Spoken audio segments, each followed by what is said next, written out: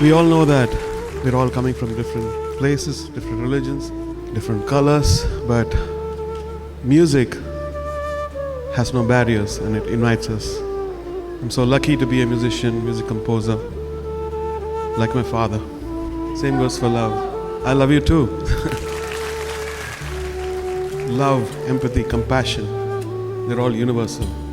They say that one part of the world suffers, we suffer too, because we're all connected by one soul. This movie is also based on this concept. I understand and I've seen that the whole Middle East, at least most of it, were mostly built by our people here in Kerala. Every worker I had been for the past 25, 30 years were from this state. And you all know my father, R.K. Shekhar. My father worked with most of the Malayalam music directors, actors. He given so much to the state, to the music of Malayalam. And his blessing, his love for all of you has propelled me with the grace of God to this level. My first experience in a Malayalam movie was actually back in 81. Mr. Arjun Master actually wanted me to operate a record player and I got paid $50 for it. But the first movie I've composed was by Sangeet Sevan, Santosh Sevan, Yoda. In 1992, my life had taken a different course. I had gone to England, I got to North India, America, and then it's a full cycle that when Mr. Blassie came to me, it was such a great honor to work with such a passionate man who believes in cinema, who believes in goodwill, who believes in stories, who believes in humanity. So working with him taught me so much. And he was a patient, very, very patient person. Sometimes the work would immediately happen in 24 hours, sometimes it would take ages. Yeah, so I want to sum up this by again greeting you. Thank you for coming, supporting this. Amazing Prithviraj there. And what an interesting journey.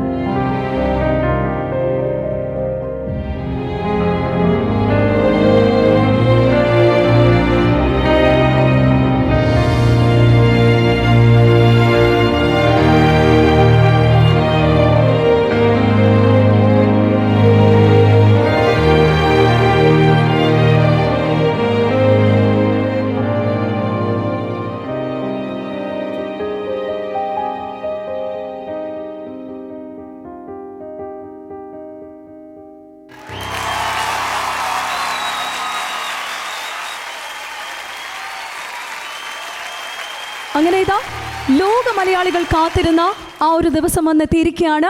നിങ്ങളുടെയൊക്കെ അനുവാദത്തോടെ ഞങ്ങളുടെ ഇന്നത്തെ the master of music, the pride of Indian cinema, ഞങ്ങളുടെ സ്വന്തം AR Rahman സാറിനെ ഞങ്ങൾ ഒരിക്കൽ കൂടി ഈ ഒരു വേദിയിലേക്ക് officially we would like to have your presence sir. Please സാറിനെ ഞങ്ങൾ ഒന്നുകൂടി ഒന്ന് ഇൻവൈറ്റ് ചെയ്യുകയാണ് സർ. പ്ലീസ് നല്ലൊരു കൈയടി കൊടുത്തുകൊണ്ട് തന്നെ അങ്ങനെ ഇതാ Oscar Grammy award winner, Indian സിനിമയുടെ അഭിമാനമായ AR Rahman is all here. ദൈവത്തിന്റെ സ്വന്തം മണ്ണിൽ ഇതാ സംഗീതത്തിന്റെ ദൈവം ഇവിടെ ഇതാ എത്തിയിരിക്കുന്നു. Welcome to Kerala sir. After so long you are here in Kerala. And എവിടെ സ്നേഹന്റെ ഒരുപാട് വർഷമായിട്ട് it's been so long you are with Blessy sir, with Aadujeevitham project and all. മലയാളത്തിൽ വന്ന് ഏതാവത് 2 വാർത്ത പേസ മുടിയുമാ സർ? പ്ലീസ് നമുക്ക് വേണ്ടിയില്ലേ? അടിപൊളി അടിപൊളി sir. How do you feel sir right now in Kerala? എന്താണ് സർ ഇപ്പോൾ തോന്നുന്ന ഒരു കറന്റ് ഒരു മൂഡ് എന്താണ് sir? What do you feel right now? No, this movie is a story of all of us. We're all struggling some kind of thing and there's a redemption. Just that in this the hero goes to a desert but some stuff is internal. So a lot of people are relating this stuff, relating to what the story is. The books have sold, multiple editions and stuff. So I personally feel like I've come back home. Because my whole childhood was with the whole Malayalam industry, with my father worked. And coming back in this way as a composer, that too for this special movie with such great people sitting there to encourage us, to support this, I feel really honored. Super. And sir நீங்கள் வந்து மியூசிக்கில் எல்லா ஜானர்ஸும் type பண்ணிட்டீங்க sir. ஆனால் இந்த ஆடு ஜீவிதமோட கால் கிடைச்ச அந்த மொமெண்ட்டில் இந்த ஒர்க் நான் பண்ணித்தான் ஆகணும் அந்த மாதிரி ஒரு தாட்டுக்கு வந்து ஒரு ஸ்பெஷல் பாயிண்ட் என்ன சார்? வாட் மேக்ஸ் ஆடு Jeevitham so special for you sir? I think the dream in the director's eyes, the dream, because then you can find out. Sometimes great stories are murdered by people. Sometimes stories are taken to a next level by people like him, even uncompromising. Not just for the movie, but I've been learning from him what all he does for this movie. Like almost like a father or like a parent, and that's very inspiring. Super. Sir പറഞ്ഞതുപോലെ ആടുജീവിതം നമ്മളെല്ലാവരും കാത്തിരുന്ന പോലെ Aadujeevitham global റിലീസിന് വേണ്ടി ഒരുങ്ങുകയാണ്. അപ്പോൾ സാറിനൊരു warm welcome നൽകിക്കൊണ്ട് തന്നെ സാറിന് വേണ്ടിയുള്ളൊരു സ്നേഹാദരം കൂടി നമ്മളിവിടെ വെച്ച് നൽകാൻ പോവുകയാണ്. അതിന് വേണ്ടിയിട്ട് ക്ഷണിക്കുന്നത് നമ്മുടെ എബ്രഹാം താലോത്തിൽ, അറൂഖ് international school Sasthamkotta father Abraham Thalothil, അദ്ദേഹമാണ് ഇവിടെ ഇതാ റഹ്മാൻ സാറിന് വേണ്ടി ഒരു പൊന്നാട നൽകി അദ്ദേഹത്തെ ഞങ്ങളുടെ സ്നേഹം അറിയിക്കുന്നത്.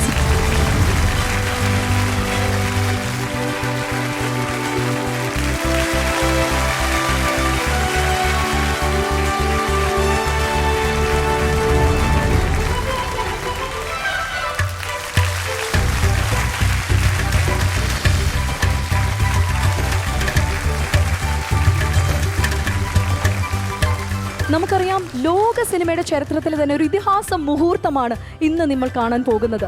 നമ്മുടെ വേൾഡ് ക്ലാസ് ലെജൻസും ടാലൻസും എല്ലാവരും ഒരു വേദിയിൽ ഒന്നിക്കാൻ പോവുകയാണ് ഒരു ചിത്രത്തിന് വേണ്ടി.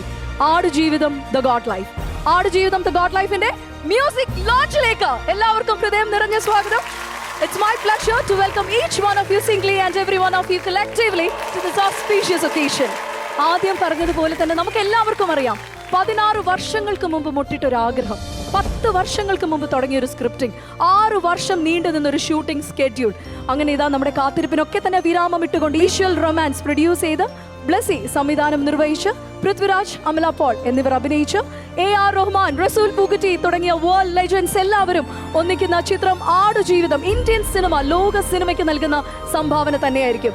സോ ഇന്നത്തെ ഈ ഒരു മ്യൂസിക് ലോഞ്ചിലേക്ക് Aadujeevitham the goat life music launch powered by Kalyan jewellers, Crowne Plaza Cochin, Believers medical college Thiruvalla, Kalyan silks, Brook international school Sasthamkotta. ഈ ഒരു ഇവന്റിലേക്ക് എല്ലാവർക്കും ഹൃദയം നിറഞ്ഞ സ്വാഗതം.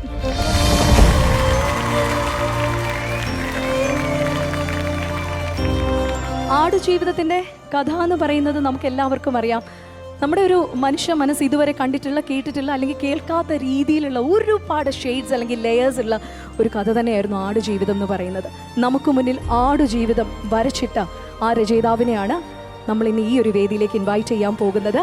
മലയാള സാഹിത്യത്തെ വിശ്വസാഹിത്യത്തിന് മുന്നിൽ പ്രസന്റ് ചെയ്ത ആ ഒരു പ്രതിഭയെ നിറഞ്ഞ ആദരവോടെ ഈ ഒരു വേദിയിലേക്ക് ഞങ്ങൾ ഇൻവൈറ്റ് ചെയ്യുന്നു.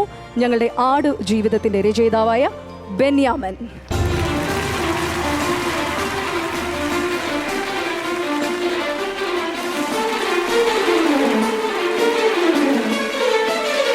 അങ്ങനെ ഇതാ നിറഞ്ഞ കൈയടി നൽകിക്കൊണ്ട് തന്നെ ആട് ജീവിതത്തിൻ്റെ സൃഷ്ടാവായ നമ്മുടെ സ്വന്തം ബെന്യാമൻ സാറിനെ ഈ ഒരു വേദിയിലേക്ക് ഞങ്ങൾ സ്വാഗതം ചെയ്തു കഴിഞ്ഞു. ആട് ജീവിതം വായിച്ച ഓരോ ആൾക്കാർക്കും അറിയാൻ പറ്റും സാർ, അത് വായിക്കുന്ന ഒരു സമയത്ത് നമ്മുടെ കാൽപാദത്തിൻ്റെ അടിയിലൊരു ചൂട് തോന്നും, നമ്മുടെ ചുറ്റുമുള്ള കാറ്റിനൊരു ഉഷ്ണം കൂടിയതുപോലെ തോന്നും. അതുമാത്രമല്ല നമ്മുടെ നെഞ്ചൊന്ന് നീറും കണ്ണുനീരൊന്ന് പൊടിയും. അതെ, അദ്ദേഹത്തിന് വേണ്ടിയുള്ള ആ ഒരു അത്ഭുത സൃഷ്ടിക്ക് വേണ്ടിയുള്ള ഒരു സ്നേഹാദരം കൂടി ഈ ഒരു വേദിയിൽ വെച്ച് ഞങ്ങൾ ആദ്യമായിട്ടൊന്ന് നൽകാൻ പോവാണ്. പൊന്നാട ചാർത്തി അദ്ദേഹത്തെ ആദരിക്കാൻ വേണ്ടി സനൽകുമാർ സാറിനെ ഈ ഒരു വേദിയിലേക്ക് ഇൻവൈറ്റ് ചെയ്യുന്നു. ഞങ്ങളുടെ ക്ലാസിക് ഫാഷൻ ജോർദനിലെ ഞങ്ങളുടെ വളരെയധികം ഞങ്ങൾക്ക് സപ്പോർട്ട് കൊണ്ട്, ഞങ്ങൾക്ക് മെൻ്റലി ആൻഡ് ഫിസിക്കലി ഞങ്ങൾക്ക് വേണ്ടുന്ന എല്ലാ സപ്പോർട്ടും നൽകി ഈ ഒരു ആട് ജീവിതത്തിൻ്റെ ദി ബാക്ക് ബോൺ ആയിട്ടുള്ള ഞങ്ങളുടെ സനൽകുമാർ സാറാണ് വരുന്നത്. Classic fashions Jordan. നിറഞ്ഞൊരു കയ്യടി നൽകിക്കൊണ്ട് തന്നെ 250 പതിപ്പാണ് ആട് ജീവിതത്തിൻ്റെ റിലീസായിട്ടുള്ളത്. അതുമാത്രമല്ല, 250 പതിപ്പ് മാത്രമല്ല, 4 യൂണിവേഴ്സിറ്റികളിൽ പാഠപുസ്തകം കൂടിയാണ് ആടുജീവിതം എന്ന ഈ ഒരു കഥ എന്ന് പറയുന്നത്. അപ്പോൾ അദ്ദേഹത്തിന് വേണ്ടിയുള്ള സ്നേഹാദരമാണ് അറിയിക്കുന്നത്. And thank you so much sir for being here. It was A warm heart to you sir. Thank you so much for being here. ശരിക്കും പറഞ്ഞാൽ ഇതാ ആടുജീവിതം എന്നത് സിനിമയായി മാറാൻ പോവുകയാണ്. അത് എന്താണ് ഈ ഒരു മൊമെൻറ്റിൽ പറയാനുള്ളത് സർ? സ്വപ്നമാണോ യാഥാർത്ഥ്യമാണോ എന്ന് ഇപ്പോഴും തിരിച്ചറിയാൻ കഴിയാത്ത ഒരു നിമിഷത്തിന് മുമ്പിലാണ് ഞാനിവിടെ നിൽക്കുന്നത്. 2008 ആടുജീവിതം പുറത്തിറങ്ങുന്നത്. അന്നൊരിക്കലും വിചാരിച്ചില്ല ഇത്തരത്തിൽ ഒരു വലിയ സിനിമയായി ഇത് മാറും എന്ന്. ആടുജീവിതത്തിന് നിയോഗത്തിൻ്റേതായ ഒരു വഴിയുണ്ട് എന്നാണ് ഞാൻ കരുതുന്നത്. അത് ഞാൻ നജീബിനെ ആദ്യമായി കണ്ടുമുട്ടിയ നിമിഷം മുതൽ ഈ സിനിമയുടെ ഈ നിമിഷം വരെ അതിൻ്റെ ചരിത്രം എടുത്ത് പരിശോധിച്ചാൽ നമുക്കത് മനസ്സിലാകാൻ കഴിയും. ഓരോ നിമിഷവും അത് അതിൻ്റെ വഴി കണ്ടെത്തി സ്വയം മുന്നോട്ട് സഞ്ചരിക്കുകയായിരുന്നു എന്ന് തോന്നുന്നുണ്ട്. ആടുജീവിതം എഴുതി കഴിഞ്ഞ് പുസ്തകം പ്രസിദ്ധീകരിച്ച് 2 വർഷങ്ങൾക്ക് ശേഷം ഒരു വലിയ രോഗത്തിനടിമയായി ഞാൻ മരണക്കിടക്കയിൽ കിടന്ന ഒരു നിമിഷമുണ്ട്. അന്ന് വല്ലാതെ അസുഖബാധിതനായി കിടക്കുമ്പോൾ ഞാൻ വിചാരിച്ചത് ഞാൻ മരിച്ചു പോയിരുന്നെങ്കിൽ എത്ര നന്നായിരുന്നു, ഇത്രയധികം വേദന സഹിക്കേണ്ടതില്ലല്ലോ എന്നാണ്. അപ്പോൾ ഞാൻ സ്വയം ചോദിച്ചു, എന്തിനായിരിക്കും എന്നെ വീണ്ടും വീണ്ടും എങ്ങനെ ജീവിതത്തിലേക്ക് തിരിച്ചു വിളിച്ചു കൊണ്ടുവരുന്നത് എന്ന് ആലോചിച്ചതിൻ്റെ ഉത്തരമാണ് ഒരുപക്ഷെ ഈ മഹാസദസ്സിൻ്റെ മുമ്പിൽ, മലയാളത്തിൻ്റെ മഹാനടന്മാരുടെ മുമ്പിൽ നിർത്താൻ വേണ്ടിയായിരുന്നു എന്ന് എനിക്ക് മനസ്സിലാവുന്നത്. ഞാൻ ഈ അനുഭവത്തിൽ കൂടി കടന്നു പോകണം എന്ന് ഒരു നിയോഗമുണ്ടായിരുന്നു എന്ന് ഞാൻ വിശ്വസിക്കുകയാണ്. ആടുജീവിതത്തിൻ്റെ ഈ നിയോഗത്തിൻ്റെ ഒപ്പം നടക്കാൻ ഈശ്വരൻ എന്നെ അനുഗ്രഹിച്ചതിലുള്ള നന്ദി ഞാൻ രേഖപ്പെടുത്തുന്നു. Thank you very much. അങ്ങനെ നമ്മുടെ ബെന്യാമൻ സാറാണ് നമ്മളോടൊപ്പം ഈ ഒരു വാർത്ത സംസാരിച്ച് നമുക്ക് വേണ്ടിയുള്ള സ്നേഹാദരങ്ങൾ ഇവിടെ ഇതാ ഏറ്റുവാങ്ങിയത്. ഒരു കാര്യം ചോദിച്ചേ മതിയാവുള്ളൂ, കാരണം വർഷങ്ങൾ കൊണ്ട് കാച്ചിക്കുറുക്കി മനസ്സിലെടുത്തൊരു കഥയാണ് ആടുജീവിതം എന്നറിയാം. എന്നാൽ പോലും സിനിമയായപ്പോൾ അതിൻ്റെ ഒരു തിരക്കഥ രചിച്ചിരിക്കുന്നത് ബെന്യാമൻ സാർ അല്ല. എന്തുകൊണ്ടാണ് സാർ അതിൻ്റെ തിരക്കഥ എഴുതാതിരുന്നത്?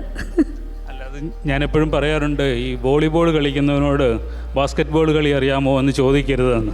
ഇത് രണ്ടും 2 കളിയാണ് എന്ന് എനിക്ക് കൃത്യമായിട്ട് ബോധ്യമുള്ളത് കൊണ്ടാണ് ഞാനത് ഏറ്റെടുക്കാൻ തയ്യാറാവാതിരുന്നത്. സ്വാഭാവികമായിട്ടും ബ്ലിസ് സാറിൻ്റെ എല്ലാ സിനിമകൾക്കും തിരക്കഥ എഴുതി മനോഹരമാക്കിയിരിക്കുന്നത് അദ്ദേഹം തന്നെയാണ്. അപ്പോൾ അദ്ദേഹത്തെ പോലെ ഒരു മഹാപ്രതിഭയുടെ മുമ്പിൽ നിന്നിട്ട് ഞാൻ അതിന് തിരക്കഥ എഴുതുന്നില്ല എന്ന് തുടക്കത്തിലേ തന്നെ തീരുമാനിച്ചിരുന്നു. ആ തീരുമാനം വളരെ നന്നായി എന്നാണ് സിനിമ കണ്ടപ്പോൾ എനിക്ക് തോന്നിയത്. വളരെ അഭിമാനമുണ്ട് ആ നിമിഷത്തിനെ ഓർത്ത്. എനിക്ക് വളരെയധികം സന്തോഷമുണ്ട്. തീർച്ചയായിട്ടും ബെന്യാമൻ സാർ ഇവിടെ നിൽക്കുകയാണ്.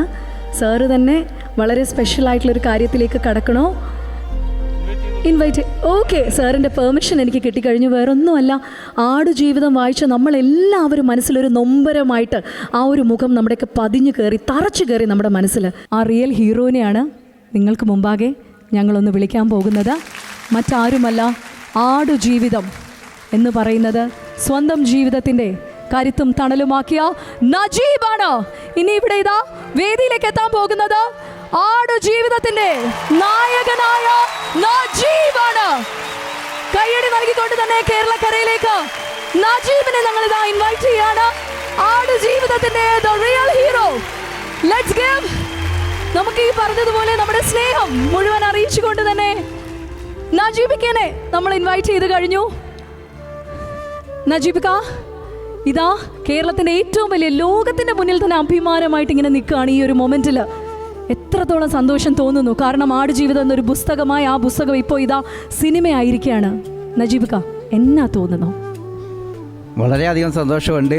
പിന്നെ ഈ വേദിയിലിരിക്കുന്ന എല്ലാവർക്കും എൻ്റെ ഹൃദയം നിറഞ്ഞ നന്ദിയും കടപ്പാടും ഞാൻ ആദ്യമായിട്ട് അറിയിച്ചു കൊള്ളുന്നു. അപ്പോൾ ഞാൻ ഇച്ചിരി രംഗം ഇവിടെ നിന്ന് കണ്ടപ്പോൾ തന്നെ എനിക്കങ്ങ് ഫീലിംഗ് ആയിപ്പോയി. ഞാൻ അന്ന് അവിടെ അനുഭവിച്ച അതേ രീതി തന്നെയാണ് ഈ പടത്തിന് ഇപ്പോൾ അതേപോലെ തന്നെയാണ്. പറയാനൊന്നും പറ്റുന്നില്ല.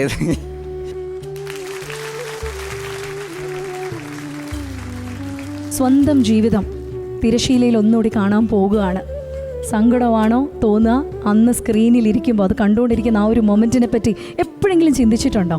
ഇത്രയും വലുതായിട്ട് ഒരിക്കലും ചിന്തിച്ചിട്ടില്ല. ഒരിക്കലും ചിന്തിച്ചിട്ടില്ല. വലിയ മഹാരഥന്മാരൊക്കെ തന്നെ ഇതിൻ്റെ പിന്നിൽ പ്രവർത്തിച്ച് ഒരിക്കലും ഞാൻ ചിന്തിച്ചിട്ടില്ല. പിന്നെ ഇപ്പോൾ എനിക്ക് വളരെയധികം സന്തോഷമുണ്ട്. കാരണം ഇതുപോലെ ഇപ്പോൾ ഈ പടം ബെന്യാമിൻ സാർ എഴുതിയതിൽ പിന്നെ ഞാൻ ഒരുപാട് വേദികളിലൊക്കെ പോയിട്ടുണ്ട്. ഒരുപാട് നല്ല കാര്യങ്ങളൊക്കെ എനിക്ക് കിട്ടിയിട്ടുണ്ട്. പിന്നെ ഇങ്ങനെ ഇതുപോലൊക്കെ വരുമെന്ന് ഞാൻ ഒരിക്കലും വിചാരിച്ചിരുന്നില്ല. ഈ പടം ഇറങ്ങുമെന്നും മറ്റൊന്നും ഞാൻ ഒരിക്കലും വിചാരിച്ചിരുന്നില്ല. പിന്നെ ഈ പടത്തിലുള്ള എല്ലാവർക്കും എൻ്റെ ഹൃദയം നിറഞ്ഞ നന്ദിയും കടപ്പാടും ഞാൻ അറിയിച്ചു കൊള്ളുന്നു. അതാണ് ദേ നജീബ് അവിടെ മുന്നിൽ തന്നെ ഇരിപ്പുണ്ട്. കണ്ടുവോ? കണ്ട് അതുകൊണ്ട് എനിക്കങ്ങ് ആദ്യത്തെ ആ രംഗം കണ്ടപ്പോൾ തന്നെ എനിക്കങ്ങ് ഫീലിംഗ് ആയിപ്പോയി.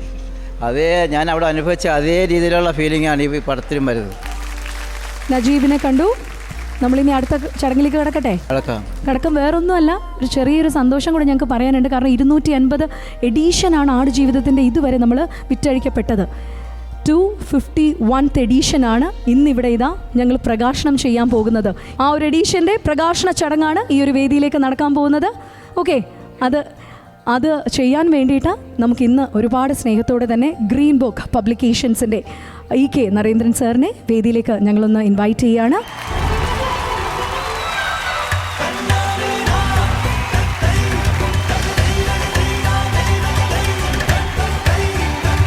നമുക്കിവിടെ ഇതാ ഗ്രീൻ ബുക്ക് പബ്ലിക്കേഷൻസിൻ്റെ managing director, the founder EK Narendran സാറാണ് നമ്മളോടൊപ്പം ഉള്ളത്. ഇനി ഇത് ഏറ്റുവാങ്ങാനായിട്ട് വേദിയിലേക്ക് ക്ഷണിക്കുന്നത് മറ്റാരെയുമല്ല, ശരിക്കും പറഞ്ഞാൽ ലോക സിനിമയ്ക്ക് മുന്നിൽ എനിക്ക് തോന്നുന്നു ഓസ്കാർ എന്നതൊരു സ്വപ്നം മാത്രമായിട്ട് മലയാളി കൊണ്ടു നടന്ന കാലത്ത് ഓസ്കാർ എന്ന ബഹുമതി കേരളത്തിന് ആദ്യമായിട്ട് എത്തിച്ച ആ മഹത് പ്രതിഭേനെയാണ് ഈ ഒരു വേദിയിലേക്ക് ഇൻവൈറ്റ് ചെയ്യാൻ പോകുന്നത്.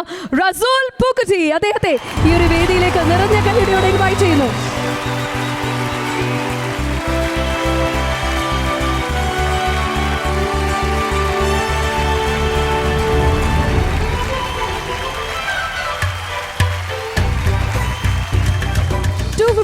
എഡീഷന്റെ ആദ്യത്തെ ബുക്കാണ് നമ്മളിവിടെ ഇത് അദ്ദേഹത്തിന് വേണ്ടി നൽകാൻ പോകുന്നത്. പ്രകാശന ചടങ്ങുകളാണ് നമ്മൾ കണ്ടുകൊണ്ടിരിക്കുന്നത്. സർ പ്ലീസ് വിത്ത് യോർ നല്ലൊരു കൈയടി നൽകിക്കൊണ്ട് തന്നെ ആടുജീവിതത്തിന്റെ 251ാമത്തെ പതിപ്പിന്റെ പ്രകാശന ചടങ്ങുകളാണ് ഈ ഒരു വേദിയിൽ നിങ്ങൾ കാണുന്നത്. 250 പതിപ്പുകൾ വളരെ സക്സസ്ഫുൾ ആയിട്ട് ഇവിടെ ഇതാ 251th എഡീഷൻ ഗ്രീൻ ബുക്ക് പബ്ലിക്കേഷൻസിന് വേണ്ടി റസൂൽ പൂക്കുറ്റിയാണ് അത് ഇവിടെ ഇതാ ഏറ്റുവാങ്ങിയിരിക്കുന്നത്.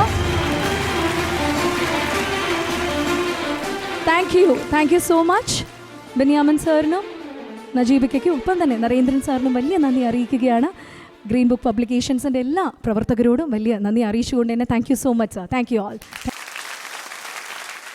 നമുക്കറിയാം ഈ ഒരു പ്രപഞ്ചത്തിലെ എല്ലാ ശബ്ദങ്ങളും എല്ലാ സൗണ്ട് വേവ്സും വളരെ സൂക്ഷ്മതയോടെ പകർത്തി അപ്രപാളികളിലേക്ക് എത്തിക്കുന്ന ഒരു മഹത് പ്രതിഭ തന്നെയാണ് റസൂൽ സാർ എന്ന് പറയുന്നത്.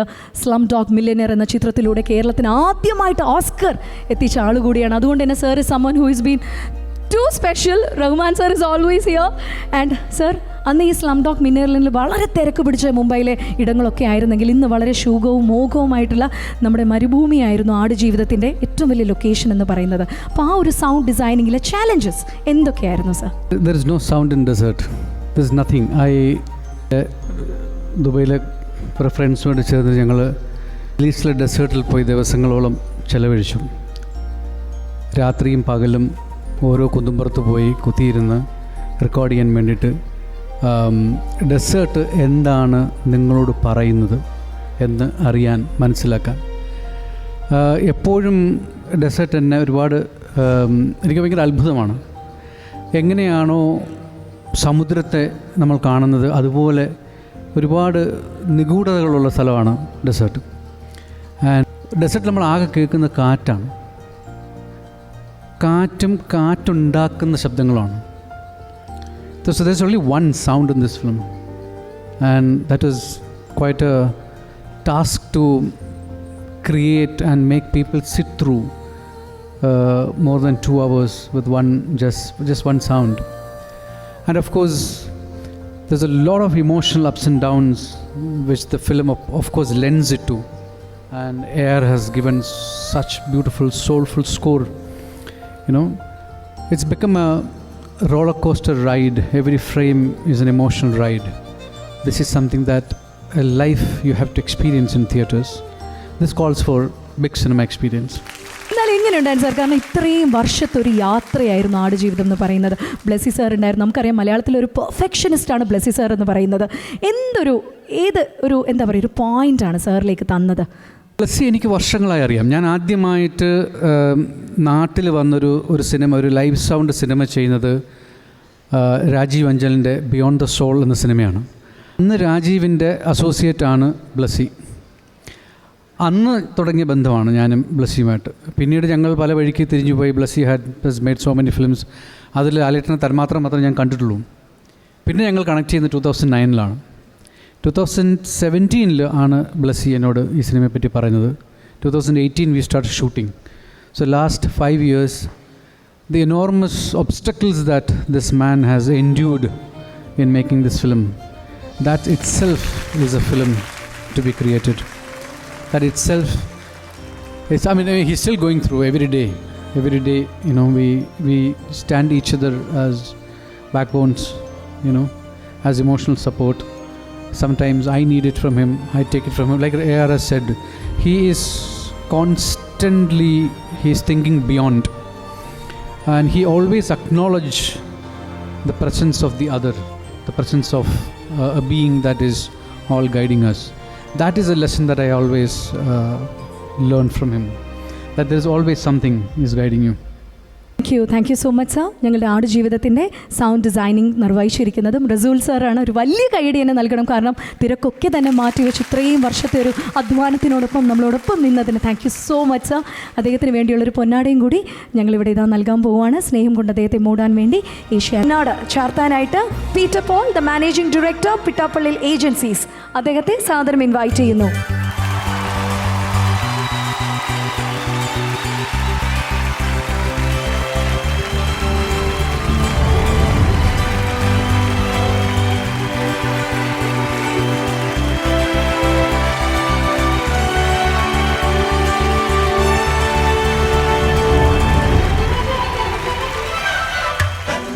Thank you so much sir.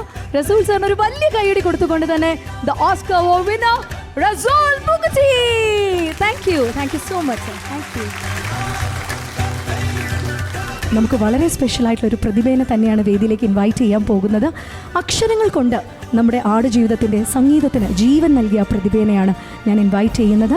ഞങ്ങളുടെ 3 ഗാനങ്ങളുടെ ലിറിസിസ്റ്റ് കൂടിയായ റഫീഖ് അഹമ്മദ്.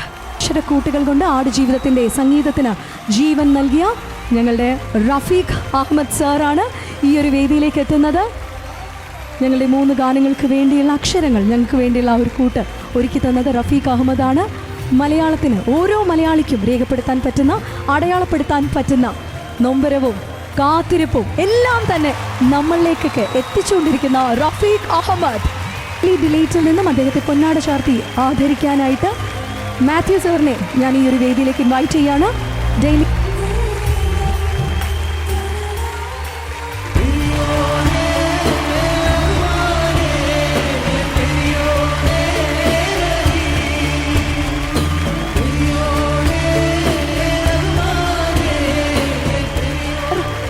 കാരണം എത്രയോ 6 വർഷങ്ങൾ നീണ്ടു നിന്നൊരു ഷൂട്ടിംഗ് സ്കെഡ്യൂളായിരുന്നു. നമുക്കറിയാം ബ്ലെസ്സി സാറിൻ്റെ ഓൾമോസ്റ്റ് ഒരു 14 വർഷത്തെ ഒരു സ്വപ്നമാണ് ഇവിടെ ഇന്ന് പൂവണിയുന്നത്, ഈ ഒരു മൊമെൻറ്റിൽ നമ്മൾ കാണുന്നത്. അപ്പോൾ ഓരോ പാട്ട് സാർ കൺസീവ് ചെയ്യുന്നതിന് മുമ്പായിട്ടും ബ്ലെസ്സി സാർ കൃത്യമായിട്ടുള്ള ഒരു സ്ട്രക്ചർ അല്ലെങ്കിൽ ഒരു ഇമേജസ് സാറിന് തന്നിരുന്നോ? തീർച്ചയായിട്ടും. കാരണം ഈ ബ്ലെസ്സി സാറിനെ ഞാൻ മനസ്സിലാക്കിയെടുത്തോളം ഒരു പെർഫെക്ഷനിസ്റ്റാണ്. അപ്പോൾ അതുകൊണ്ട് ഇപ്പോൾ ആടുജീവിതത്തിലെ നജീബ് ബുദ്ധിമുട്ടിയതുപോലെ തന്നെ എന്നെ നല്ലപോലെ ബുദ്ധിമുട്ടിച്ചിട്ടുണ്ട്. ആ പാട്ടിന് അദ്ദേഹം ഉദ്ദേശിക്കുന്ന രീതിയിൽ അത് കിട്ടാൻ വേണ്ടിയിട്ട് എന്താണ് ആ മനസ്സിലെന്നുള്ളത് എനിക്കറിയാൻ പറ്റില്ലല്ലോ. അപ്പോൾ അങ്ങനെ ഞങ്ങൾ പലതവണ പിന്നെ ഇപ്പോൾ ഈ കോവിഡിൻ്റെയൊക്കെ സമയമായതുകൊണ്ട് നേരിട്ടിട്ടുള്ള ഇരിപ്പൊന്നും അധികം പറ്റിയിട്ടില്ല. അപ്പോൾ അധികം ഫോണിലൂടെയൊക്കെ ആയിരിക്കും. അപ്പോൾ അങ്ങനെ അദ്ദേഹത്തിൻ്റെ മനസ്സിലുണ്ടായിരുന്ന കൃത്യമായിട്ടുള്ള ചിത്രം അത് പരമാവധി എന്നെ കൊണ്ട് കഴിയാവുന്ന രീതിയിൽ ഞാനത് വരികളിലൂടെ പകർത്താൻ ശ്രമിച്ചിട്ടുണ്ട്. അദ്ദേഹത്തിന് തൃപ്തിയായി തന്നെയാണ് ഞാൻ വിചാരിക്കുന്നത്.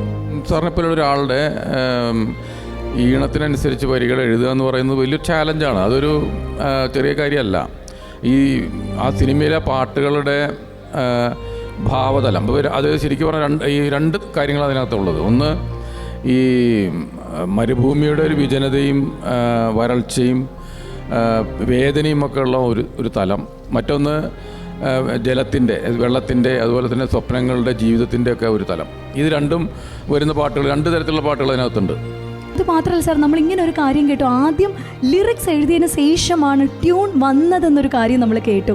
എങ്ങനെയാണ് സാർ? കാരണം നമുക്ക് റഹ്മാൻ സാറിനെയും കൂടെ അത് വിളിച്ചിട്ട് നമുക്കതൊന്ന്, എനിക്ക് തോന്നുന്നു അതൊന്ന് ഷെയർ ചെയ്താൽ കൊള്ളാമെന്നുണ്ട്. റഹ്മാൻ സാർ, ഞങ്ങളൊന്ന് ഇൻവൈറ്റ് ചെയ്യുകയാണ് സാറിനെ ഒന്ന് വേദിയിലേക്ക്. We would be blessed actually having Rahman sir's presence also on the stage right now. നല്ലൊരു കൈയടി നൽകിക്കൊണ്ട് തന്നെ റഹ്മാൻ സാറിനെ ഈ ഒരു വേദിയിലേക്ക് ഞങ്ങളിവിടെ ഇതാ Aadujeevitham the goat life music ലോഞ്ചിലേക്ക് അഗൈൻ നമ്മുടെ സ്വന്തം Rahman sir is all here. Rafeeq Ahammed സാറുമായിട്ട് റഹ്മാൻ സാറാണ് നിൽക്കുന്നത്. സാർ ഇപ്പോൾ ഒരു ட்ரெண்ட் இருக்குது சார். இந்த ஃபஸ்ட்டு வந்து அந்த டியூன் போடும், அது அப்புறம் தான் வந்து லிரிக்ஸ் നമ്മൾ ആഡ് பண்ணுறேன். പക്ഷേ ഇതിൽ വന്ന് ഫസ്റ്റ് സാർ ലിറിക്സ് എഴുതിയതിന് കഴിഞ്ഞാണ് സാർ ട്യൂൺ കമ്പോസ് ചെയ്തതെന്ന് കേട്ടു.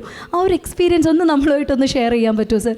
One of the songs called Perione, and that's one of our favorites, all of us. Again, calls up from Algeria or somewhere, says, I want this song. I said, send me lyrics. And he sent some beautiful lyrics, because I understand.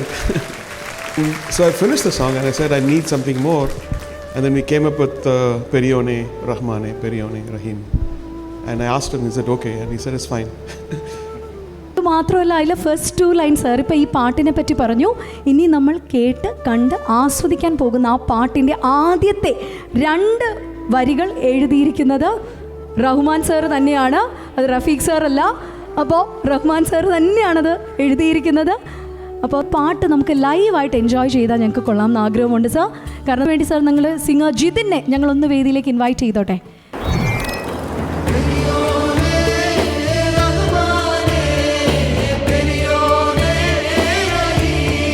പൃഥ്വിരാജിൻ്റെ ഭാവപ്പകർച്ചകൾ ഒരു സാഹിത്യത്തിൻ്റെ പിൻബലമുള്ള നടന് മാത്രമാണ് അതുപോലെ ആ കഥാപാത്രത്തിന് വേണ്ടി രൂപം മാറ്റാൻ സാധിക്കും.